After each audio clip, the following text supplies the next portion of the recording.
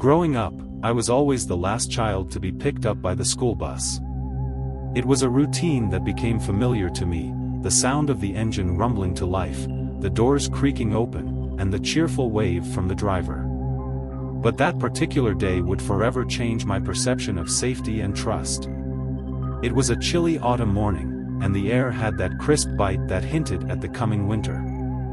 Leaves crunched underfoot as I stood alone at the bus stop, my backpack slung over one shoulder. I watched as the other kids laughed and chatted, their bright jackets a stark contrast to the gray sky. I always felt a bit out of place.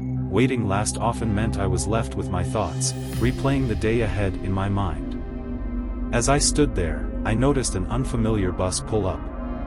It was an old, faded vehicle, its paint peeling and the windows grimy. There were no kids inside, just an eerie emptiness that sent a shiver down my spine. The driver, a middle-aged man with an unsettling grin, leaned out of the window and called to me, "Hey there. Come on in. We're going to pick up the others." Something about his smile felt wrong, like a mask hiding something sinister. "Where are the other kids?" I asked, my voice trembling slightly. "Oh, they're on their way. Just hop on, we'll get them in no time." His tone was overly cheerful, but I sensed an underlying impatience. I took a step back, my instinct screaming at me to refuse. "I think I'll wait for my bus," I replied, trying to keep my voice steady. The driver's smile faltered for a moment, replaced by a look of annoyance. "Come on now, don't be shy. It'll be a fun little trip. I promise I'll bring you right back." With each word, I could feel the pressure mounting, as if he were trying to coax me into a trap.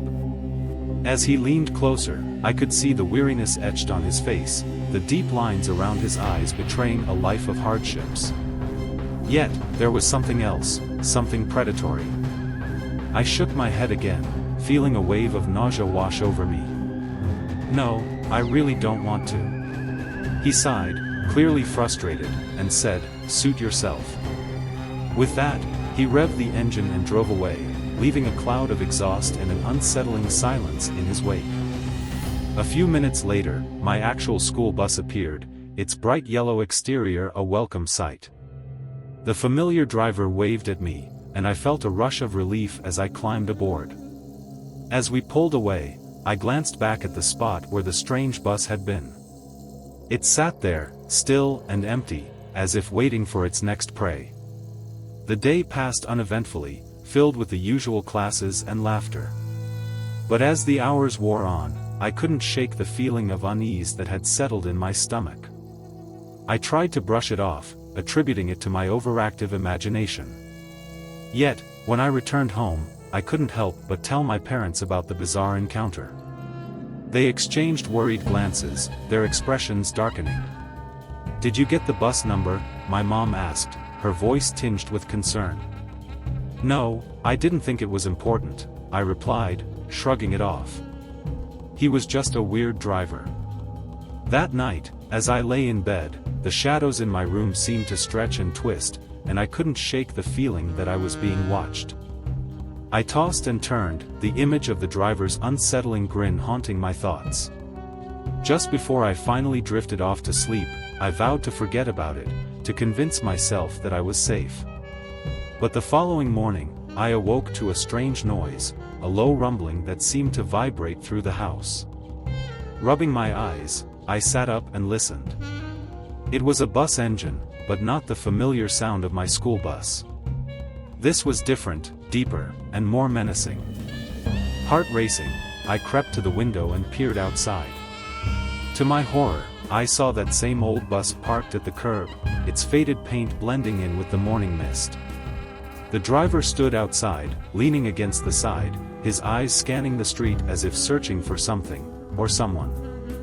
I quickly backed away from the window, panic flooding my senses.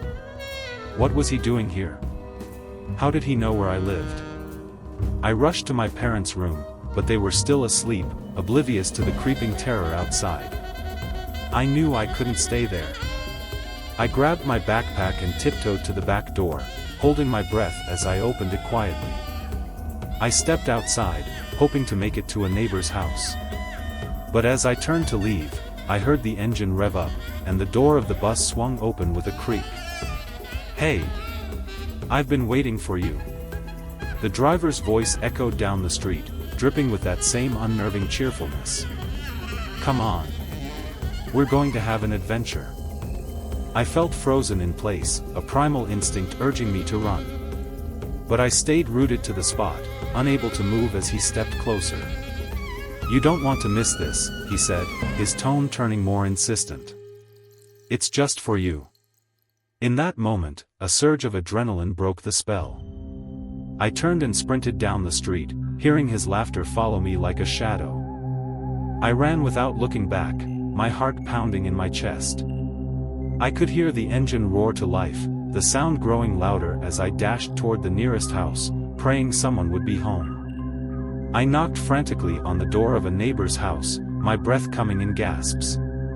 I could hear the bus behind me, the driver's voice calling out, "You can't run forever. Just get on." Finally, the door swung open, revealing Mrs. Thompson, an elderly woman who lived alone. She looked startled but quickly ushered me inside, locking the door behind us. "What's going on, dear?" she asked, concern etched on her face. "There's a strange bus driver outside. He won't leave me alone." I gasped, my words tumbling out in a rush. Mrs. Thompson frowned and peered out the window. "I don't see anyone," she said, but I could hear the worry in her voice. "Maybe it's a misunderstanding." "No. He was just here. He wanted me to get on the bus." I pleaded, feeling tears prick at the corners of my eyes. Just then, the sound of the bus engine died down, and an eerie silence fell over the street. I felt my heart drop as I realized the driver might be waiting for me, lurking just out of sight. Mrs. Thompson patted my shoulder, trying to comfort me. "Let's call your parents," she suggested, leading me to the kitchen. But as she reached for the phone, the sound of footsteps echoed outside, and I froze, straining to listen. A low voice called out, "I know you're in there. You can't hide forever." It was him. My blood ran cold as I realized he had found me. Mrs. Thompson's expression changed from concern to fear, and she quickly dialed my parents' number while I stood by the window, peering out at the street. The bus was gone, but that didn't mean he wouldn't return. Just then, my parents arrived, their faces a mix of confusion and worry. Mrs. Thompson ushered them inside, and I rushed to tell them everything. They exchanged serious looks, and my dad immediately called the police. As we waited for help to arrive, I couldn't shake the feeling that the driver was still out there, watching and waiting. The minutes stretched into hours, and I felt trapped in my own home. I kept glancing out the window, half expecting to see that old bus pull up again. Finally, the police arrived, and I recounted the entire story. They took it seriously, promising to patrol the area and keep an eye out for the suspicious bus. As they left, I felt a glimmer of hope, thinking maybe I was finally safe. But as the days turned into weeks, the fears remained. The bus driver never resurfaced, but his presence lingered like a ghost in my mind. I became hyper-aware of my surroundings, constantly looking over my shoulder and avoiding quiet, isolated places.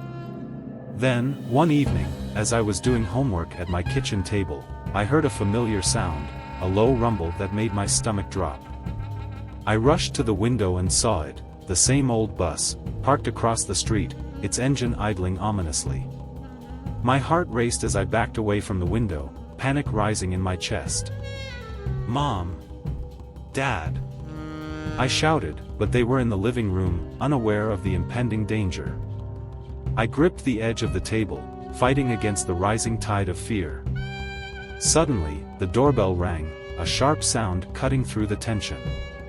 I froze, my mind racing with possibilities. Who could it be? I glanced back at the window and saw the driver standing there, grinning that same sinister smile. "No, no, no!" I whispered, backing away. I knew I had to act fast. I dashed to the back door, intending to escape through the yard. But as I reached for the handle, I heard the front door swing open. "Who is it?" my dad called out, his voice heavy with confusion. I couldn't let him confront that man. I pushed through the back door and ran into the darkness, my heart pounding in my ears. I didn't look back as I sprinted through the yard and into the woods behind our house, desperate to put distance between myself and that horrifying smile. As I ran deeper into the trees, the sounds of the world faded away, replaced by the rustling leaves and my ragged breathing. I didn't stop until I stumbled into a clearing, my legs trembling as I sank to the ground. I was safe, at least for now. But the feeling of dread remained, a heavy weight in my chest. I knew I had to get back home, to warn my family and ensure they were safe. But as I turned to leave the clearing, I heard it, the unmistakable sound of a bus engine revving up in the distance. Panic surged through me once more as I realized the driver was still out there, still hunting for me. I pushed myself to my feet, heart racing, and sprinted back toward home. The woods seemed to close in around me, branches scratching at my arms as I ran. Finally, I burst onto the familiar path leading to my house, breathless and terrified. I could see the lights on in the windows, a beacon of safety. But just as I approached the door, I heard the engine again, closer this time. I turned to look behind me, and there it was, the old bus, creeping down the street, its headlights illuminating the darkness like a predator stalking its prey. In that moment, I knew I had to get inside, to warn my parents, to protect them.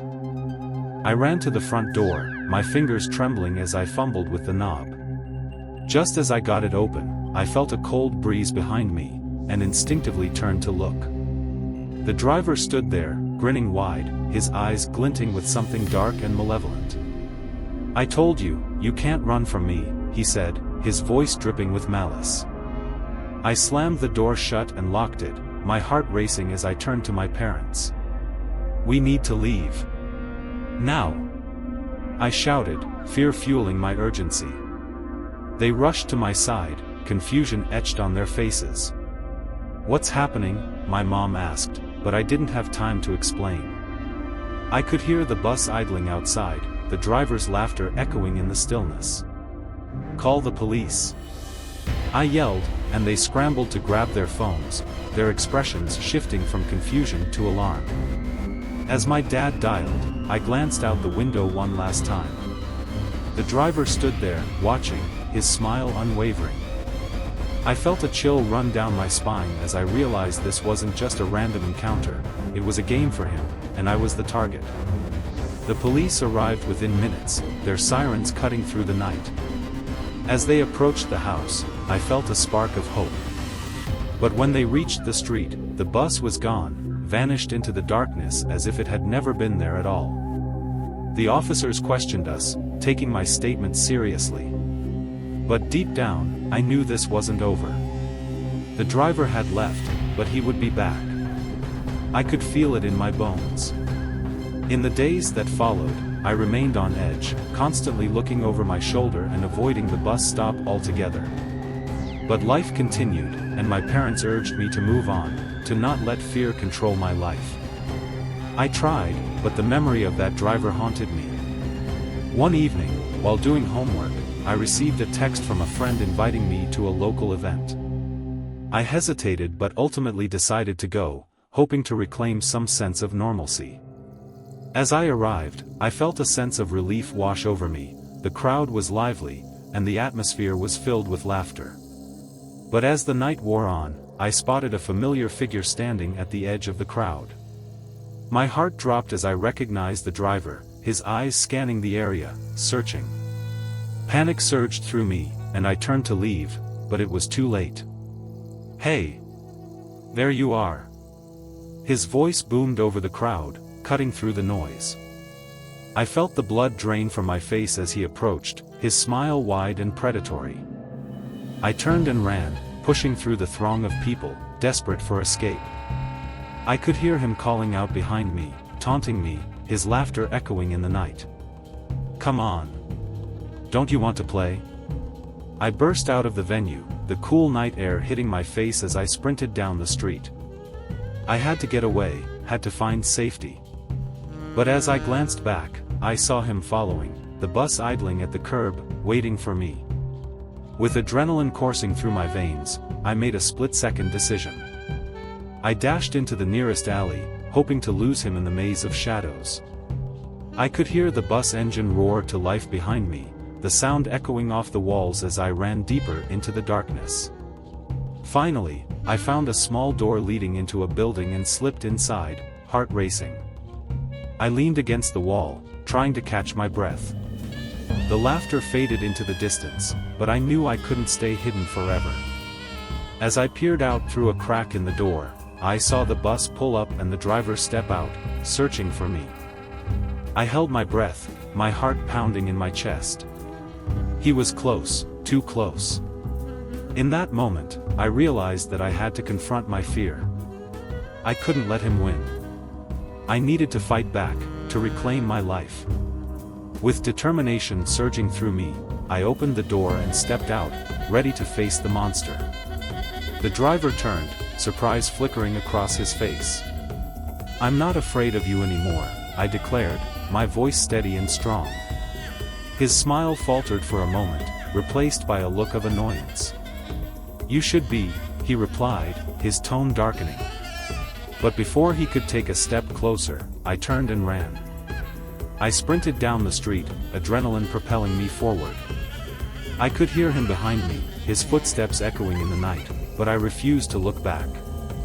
I raced toward the nearest police station, my heart racing as I pushed myself to go faster. With every step, I felt the weight of fear lift, replaced by a fierce resolve. I would not be a victim. Finally, I reached the station and burst through the doors, breathless and trembling. "Help! There's a man chasing me!" I shouted, panic spilling over. The officers immediately sprang into action, their expressions shifting from surprise to determination. They rushed outside, ready to confront the threat. As I waited inside, I felt a mix of fear and empowerment. I had faced the monster, and I was no longer a helpless child. I was ready to take back control of my life. Minutes later, the officers returned, the driver nowhere to be found. They assured me that they would do everything in their power to keep me safe. Though the encounter had terrified me, I felt a sense of relief wash over me. The driver had disappeared, but I knew I would remain vigilant.